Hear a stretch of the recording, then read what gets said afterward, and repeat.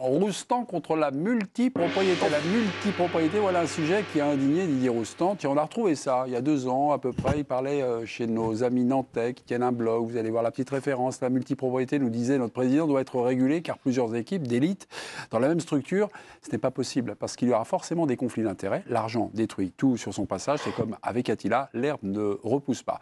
La multipropriété revient dans l'actualité aujourd'hui puisqu'un député de l'Assemblée nationale part en guerre contre cette dérive du foot business. Éric Coquerel, LFI, député Seine-Saint-Denis, formule une proposition de loi. La multipropriété est interdite en France entre sociétés sportives françaises. Le petit rappel, la petite notice de l'article du Code du sport. Mais un club français peut appartenir à un groupe qui a d'autres clubs à l'étranger. C'est le cas, vous pensez à Strasbourg, Bluco, Chelsea. L'objectif, c'est de l'empêcher. Il est donc important que la France reconnaisse une forme d'exception sportive, un peu d'exception culturelle, en permettant aux législateurs d'imposer des règles plus strictes afin de protéger le football professionnel des dérives d'un marché dérégulé. Un député souhaiterait interdire la multipropriété en France. Bernard, vous êtes partagé, c'est une bonne idée, c'est oui et c'est non, c'est à la fois bien, à la fois... Enfin, mais pour une raison toute simple, moi je suis pour la régulation et le contrôle de la multipropriété, donc sur le principe je suis d'accord. Mais après, où je trouve que c'est un vœu pieux, et je suis contre la proposition de monsieur le député, parce que ça se réduit à la France. Ouais. Et donc, ça serait encore plus une perte de compétitivité par rapport aux clubs étrangers. Parce qu'en fait, ce qui se passe aujourd'hui avec la multipropriété des clubs, c'est ce qui se passait avec la multipropriété, ce qu'on appelle le TPO, des joueurs. C'est-à-dire que plusieurs personnes peuvent être propriétaires. La FIFA l'a légiféré, elle l'a interdit. Tevez, on se souvient de Tevez. La vraie question qu'il faut se poser, c'est pourquoi aujourd'hui, la FIFA, qui a été quand même debout, et la TPO, c'était grâce à Michel Platini, alors président de l'UEFA, je le rappelle. Donc aujourd'hui, il serait président de la FIFA, je pense qu'il leur régulerait la multipropriété. Mais pourquoi aujourd'hui ils ne le font pas? Parce qu'au départ, c'était non, ça n'arrivera jamais la multipropriété, il n'y aura pas de conflit d'intérêts. Vous vous souvenez ce qui s'est passé avec Toulouse, etc. Toulouse-Milan, oui, Toulouse-Milan, on ne va pas remonter. Aujourd'hui, en fait, ils ont laissé entrer le loup dans la bergerie, parce que c'est les pétrodollars, c'est le gaz du Moyen-Orient. Regardez Bluco, à qui ça appartient. Et qu'en fait, Infantino, il ferme les yeux là-dessus. Et pour moi, c'est une dérive. Moi, je ne suis pas pour le protectorat, etc. Moi, je suis libéral d'esprit. Mais là, c'est de l'ultralibéralisme et du capitalisme à tout va.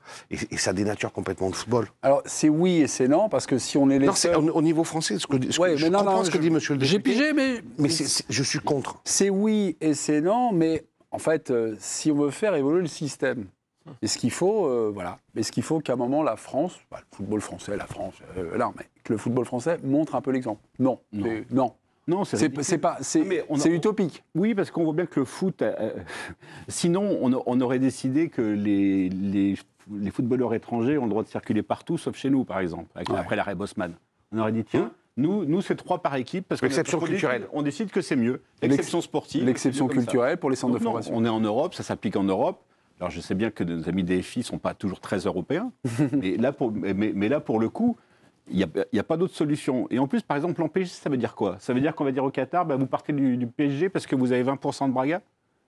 Mais enfin voilà, je pense que dans les faits, c'est complètement intenable et que c'est pas possible. Moi, philosophiquement, je suis contre la multipropriété. Ce qui est arrivé à Lyon, je pense qu'effectivement, c'est un scandale. Vincent, maintenant vous nous dites que c'est trop tard.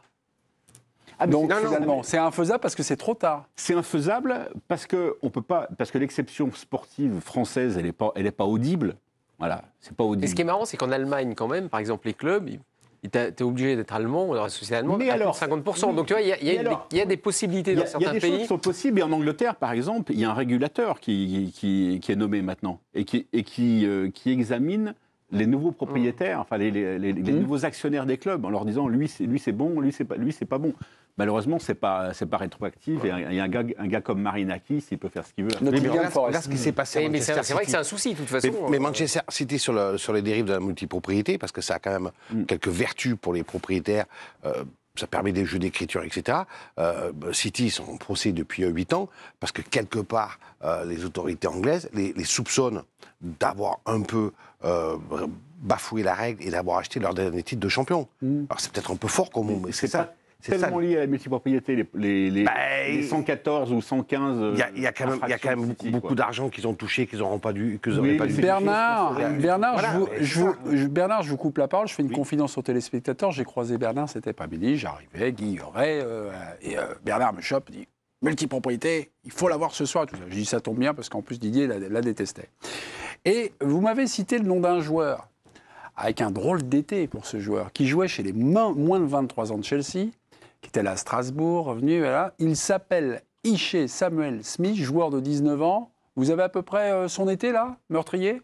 Il a fait 3 clubs en 37 ou 32 jours, je sais pas. En fait, le 30 juillet dernier, Chelsea joue chez les moins des 23. Mais il est professionnel. Il prête son joueur, il prête son joueur à Strasbourg. Non, il ne prête pas du tout son joueur à Strasbourg. Ils le vendent. 7 millions 5. 7 millions et demi. Strasbourg est obligé d'acheter un joueur, on ne sait pas qui c'est.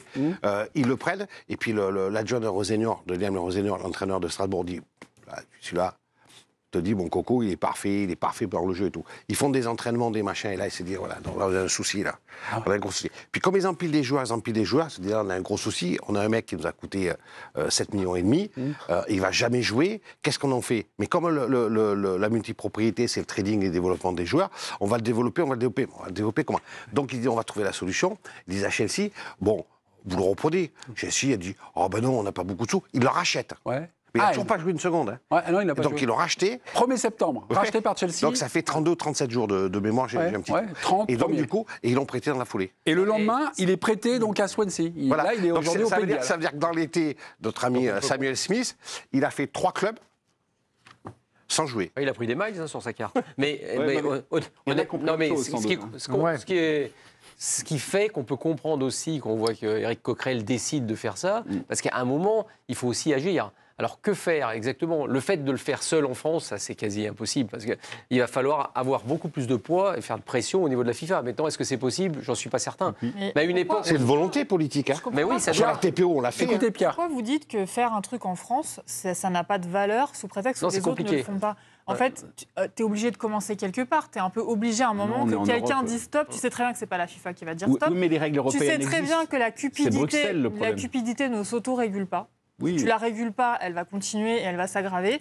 Et je lis une phrase du bouquin de Didier qui disait « Il est important de se battre pour que le football revienne aux footballeurs et que le business ne bouffe pas ce qui a été notre rêve. Oui. » Honnêtement, c'est du romantisme. Oui, c'est peut-être du romantisme, mais quand tu entends l'histoire de ce garçon qui est vendu à 3 clubs en 30 jours, et tu peux pas te dire que ce garçon-là, il a eu le choix. C'est impossible de se dire ça. Il est trop emballé et on en est à du trading de joueurs, à des clubs qui reposent sur le trading de joueurs, avec des joueurs qui n'ont plus le choix. Oui, donc à un moment, moi je veux bien, je comprends qu'on dise, on ne peut pas interdire la multipropriété. Par contre, avoir une règle qui dit, vous pouvez posséder plusieurs clubs, mais ils ne doivent pas jouer sur le même continent. Mais déjà, tu as un certain nombre de joueurs que tu ne peux pas se rencontrer dans les mêmes ligues. Ouais. Le City Group, ils ont 13 clubs, dont 6 qui jouent en Europe. 6 qui jouent en Europe, ça veut dire que City, Manchester City, Gérone, l'Estac 3, Palerme, ils peuvent se rencontrer dans des Coupes d'Europe chaque année. 3, c'est pas pour cette année. Ça peut arriver potentiellement. Mais potentiellement. Ça peut arriver. Et il y a un vrai souci d'identité aussi, parce que autant à Strasbourg, c'est un espèce de contre-exemple un peu étonnant où finalement ça se passe pas si mal, malgré quelques cas. Pour les supporters, c'est toujours inacceptable. Ça dépend lesquels. Les ultras, ils font la grève. La saison dernière, ils ont manifesté tout le temps. Certains ultras. Il y a aussi des supporters qui disent aux ultras, arrêtez de faire la grève, parce que nous, on kiffe le football qu'on nous propose. Mais il y a quand même un problème d'identification. Quand tous les 6 mois, tu vas au stade, tout le monde ne va pas au stade toutes les semaines, tu reviens 6 mois après, ton équipe, elle a changé à 80%. Mais il y a quand même un truc, il faut être lucide aussi sur les ressources actuelles du foot français. La réalité, c'est que la multipropriété, qui peut être un problème philosophique, en ce moment, elle sauve les clubs français. Exactement. Elle sauve les clubs parce qu'il n'y a plus l'argent de la télé et qu'il n'y a plus d'argent nulle part. C'est-à-dire que si vous enlevez l'argent de la multipropriété, malgré tout, je ne sais pas comment les clubs français pourraient tourner. Je ne peux pas dire que c'est ridicule de vouloir réguler. Non, personne ne dit ça. C'est ridicule. Il a dit c'est ridicule. Non, c'est ridicule de penser qu'on va être les seuls à penser qu'on peut solutionner le problème de la multipropriété, nous, tout seuls en France. Voilà. Non, je trouve qu'au contraire, de vouloir faire quelque chose... de la part d'un député qui n'est pas tout seul en plus, parce qu'il y en a d'autres de vouloir faire quelque chose, c'est très bien. Ça coûte pas cher. Et prouver que la force publique, elle est quand même encore un petit peu à essayer de tenter des trucs. Le truc le plus positif pour lui, c'est qu'on parle autant de lui ce soir. Oui, bien entendu.